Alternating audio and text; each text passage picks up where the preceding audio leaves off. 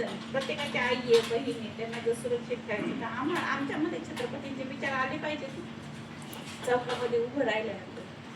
समजलं?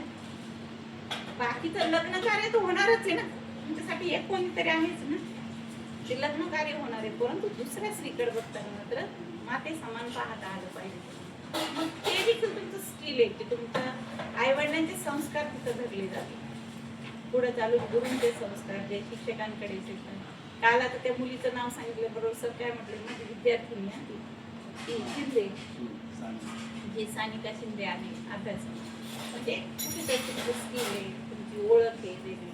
आणि ह्या संपूर्ण याच्यामध्ये आता सगळं कोट्यवधी लोक आहेत, कोटी लोक आहेत, पण तरी आपला जन्म झालाय की नाही, तो विशेष कारणासाठी झाला असेल, बरोबर हे लक्षात ठेवा.